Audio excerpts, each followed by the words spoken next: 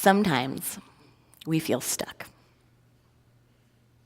Sometimes we get to the point where we feel like there's nothing left to try, whether it's within our own selves, whether it's with someone else, or with the world around us, or in the between space in our experience. Last week, we talked about the idea of breakdowns and breakthroughs, and that really they might be two sides of the same coin, that it may, in fact, be the lens with which we experience and start to perceive our reality that creates the shift in thinking of whether or not something's a breakdown or whether or not we're standing on the precipice of a breakthrough. So we explored that idea. In Matthew 9:29, it says, "According to your faith, be it done unto you." According to your faith, be it done unto you. So last week we discussed this idea that you are actually a factor in whether or not something is a breakdown or a breakthrough. That in fact, it can be a breakthrough when you are committed to making that happen, when I am committed to making that happen. When I stand in the midst of an experience and say, I'm not going to just let this happen to me, I'm going to let it happen through me, and I'm going to be a co-creative part of this experience because I know there is something greater happening here. And that's the spiritual practice. And that idea, according to your faith, be it done unto you, leads us to the idea that Charles Fillmore said, faith is the perceiving power of the mind linked with the ability to shape substance.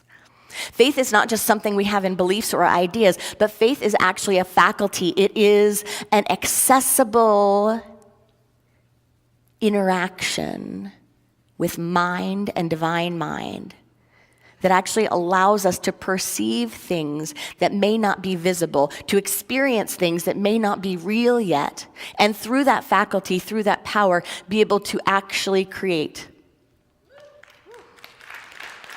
The perceiving power of the mind linked with the ability to shape substance. So we actually have to perceive it. We have to have an inkling that it's there. And when we have that inkling, it's actually a way that merges with substance, merges with what actually comes into fruition. And it starts percolating. It starts creating itself. It starts demonstrating itself.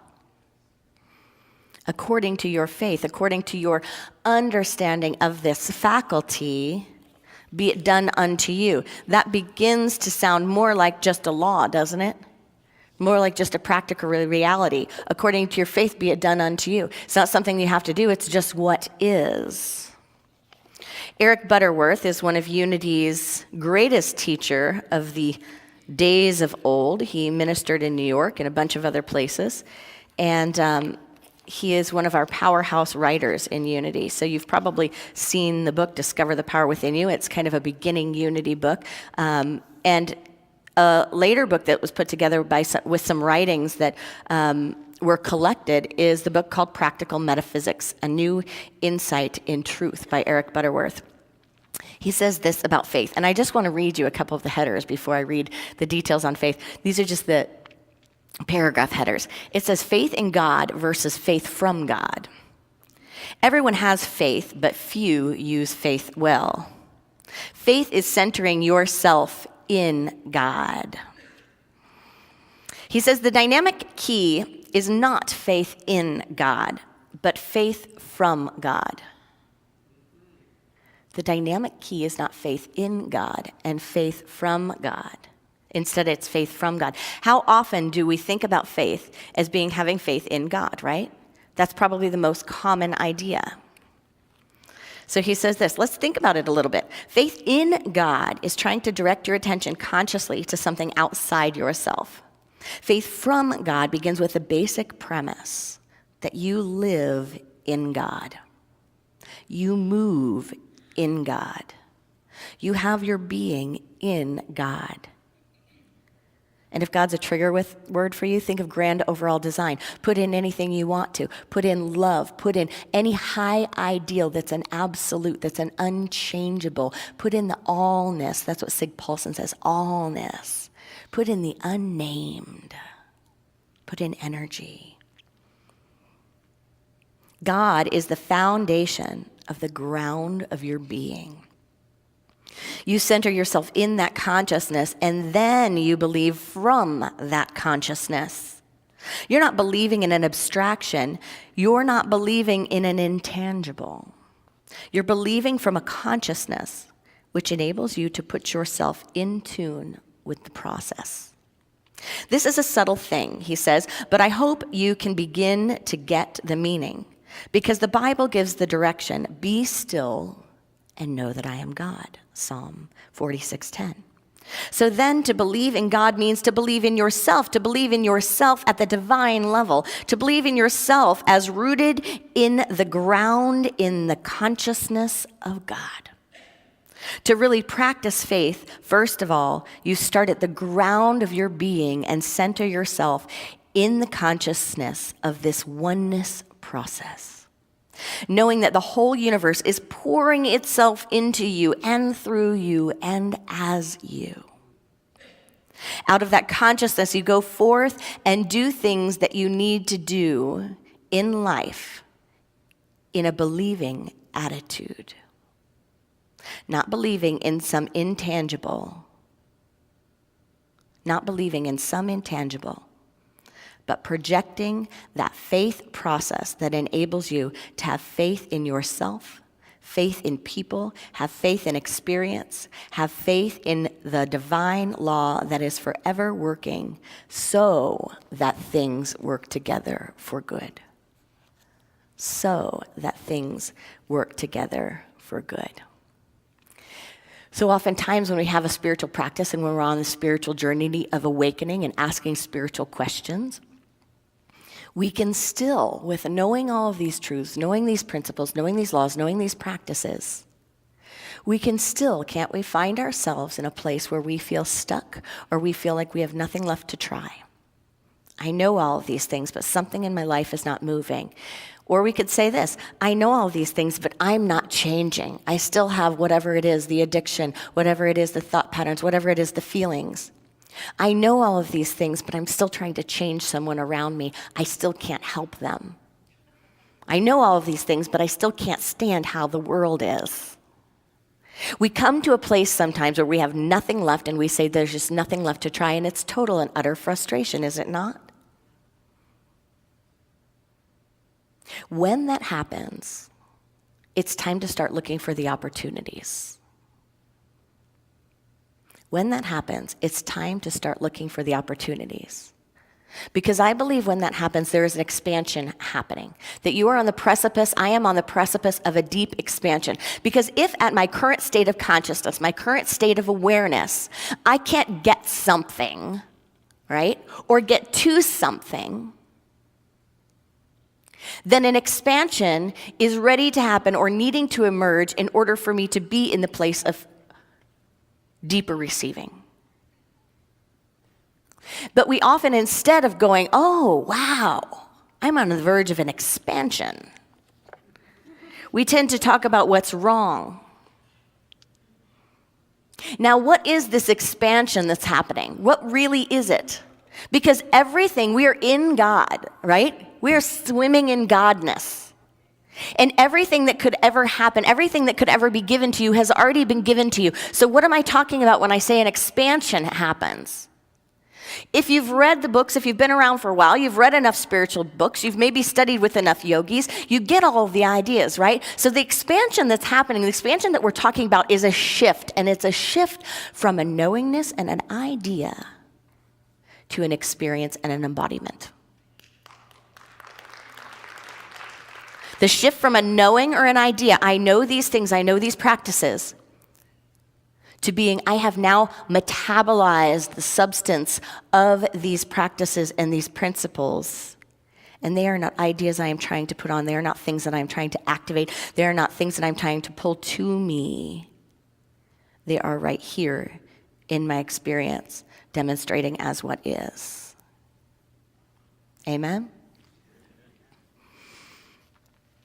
So how do we prepare for that?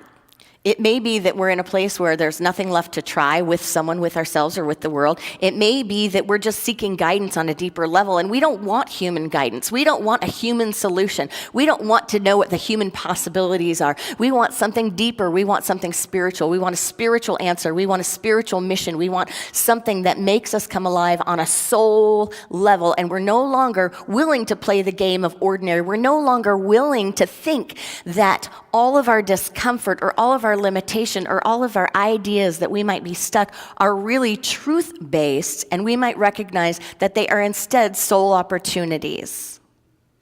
So when we get that idea, when we really get that knowing, it's ours to look at everything with a different lens. And the lens is this: look for the opportunities. Say directly into the space where your human condition goes, there's nothing left.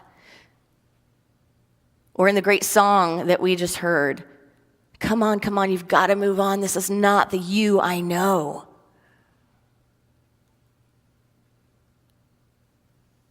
It's time to look for the opportunities. To know and trust that there's an opportunity to deepen our practice here.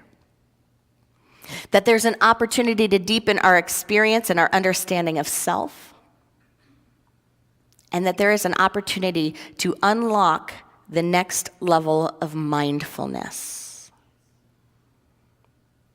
And when we look at it like that, we shift from there's nothing left to everything's here. Right? Like, this is the moment. This is the moment I've been waiting for. This is the moment that my soul is excited about. Not this is the moment that is crushing my soul. But this is the moment that I have the opportunity to take it deep, to take it really, really deep.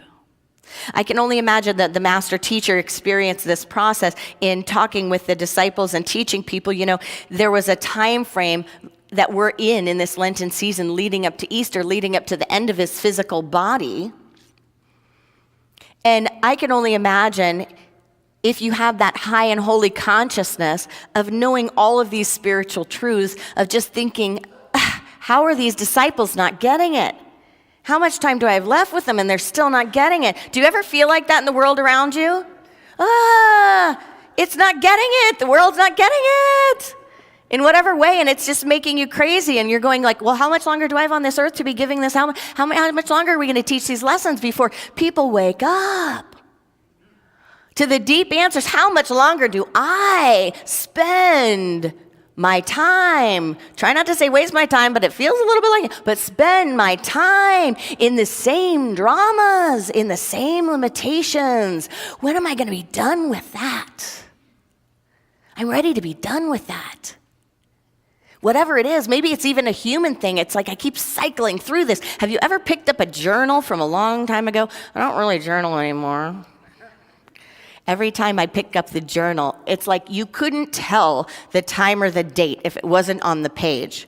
That's the same girl having the same issue. I don't know what man she was talking about. It could have been this one, it could have been that one, it could have been that one, because the man is the one in her mind. I don't know which breakdown I was talking about, which one was so important, because all I can see now is the framework and the dynamic, and it's exactly the same. It makes journaling pretty frustrating, right? It's like, yeah, what's the point in doing that? I already know the systems and patterns now. It's just a different year and a different date and the same me. So what we're asking for is not a rearranging of what's around us. It's a reordering of what's within us.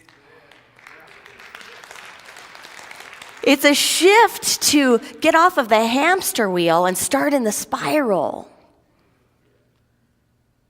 To start raising our consciousness, raising our awareness, to start getting ourselves at a deeper level. We're not here to stagnate. We're here to emerge. We're not here to be stuck. We're here to unfold. And we're not here to have stuff stuffed into us in the name of studying and education and enlightenment. We're here to be drawing out what is already within us. Eric Butterworth talks about that practice. He says this: we can only learn what we already know. We can only learn what we already know. Doesn't that sound a little depressing? That makes you think we can only learn what we already know. Well, okay. Then at my present level of consciousness, here I am, here I go, this is it. I just love reading Eric Butterworth's paragraph titles, so here we go on a couple more. We can only learn what we already know. Our potential is within us. God doesn't intervene. Might save that one for later. The startling truth is you can only become what you already are. That doesn't seem to make sense at first, but when you understand that you're created in God's image and likeness, and that image is the divine potential of you wrapped within your being, then that can never be separated in any way. You can only become what you already are. He goes on to say, you can only become what you already are. You can only learn what you already know. You can only learn what you already know. He goes on to say, as Job says, I had heard of thee by the hearing of the ear, but now my eyes see thee. I knew about all sorts of things and about this and about that, but I didn't really know.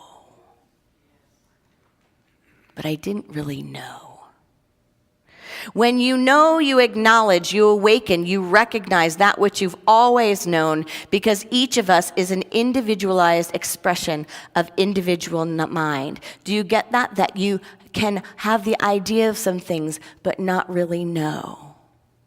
That could sound depressing, but it could also be the most exciting news.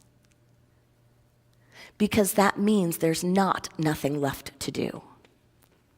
Well, actually, there is. There's nothing left to do. But there's something left to be and to become.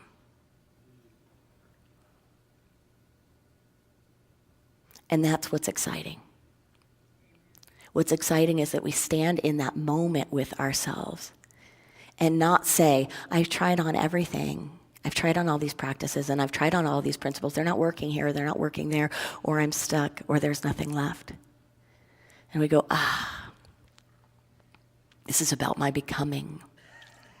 This is about not me putting something else on, but me moving this into experience. About me metabolizing this on a whole deeper level. He goes on to say, the learning process is a recognition of your own identity in the allness of infinite mind, where all things are present. Learning, he says, is a matter of realizing potentialities, recognizing that which has been ourselves from the very beginning of time. It's not adding to, but it's drawing forth. So how do we prepare when we know that there is an expansion wanting to happen in us, through us, and as us? How do we prepare? How do we shift? What glasses, what lens do we put on? How do we go beyond where we currently are? Two things for sure. We sit with silence. Sit with silence. Think about how much time you spend in school. Think about how much time you spend at work. Think about how much time you spend on relationships. Think about how much time you spend shopping. Think about how much time you spend exercising or eating. How much time do we spend with silence? Silence is the one thing that can clear out a mind. Silence is the one thing that can ground us. It's the one thing that can order our thoughts, that can create divine organization within us. It's the one thing that can center us. It's the only thing that can expand our awareness so all of the dust within settles and we can do what Eric Butterworth is talking about. We can tap into what is already there, but not on a head level, on a heart level, where we begin to find that meeting place between ourselves as we think we know ourselves, and God mind, or the great allness, the divine mind. We can move something from idea into experience. So sitting with the silence. The next is sitting with what is. So often when we're at this space, when we're at a place of expansion, when we know it and we have resistance, or we say life isn't working, it's because the life that we see is not working to our minds. We can't solve anything from that space. Can we really sit with what is? Can we really be with what is? Eckhart Tolle shared a story in his book, The New Earth, and it was about Krishnamurti, and Krishnamurti giving these teachings, and all these people that had followed him for, 10, 20, 30 years. And finally he says, I'm going to give you the real key, the one that, has helped me. Do you wonder why I'm peaceful? Do you wonder why I'm happy? Do you wonder why I'm content?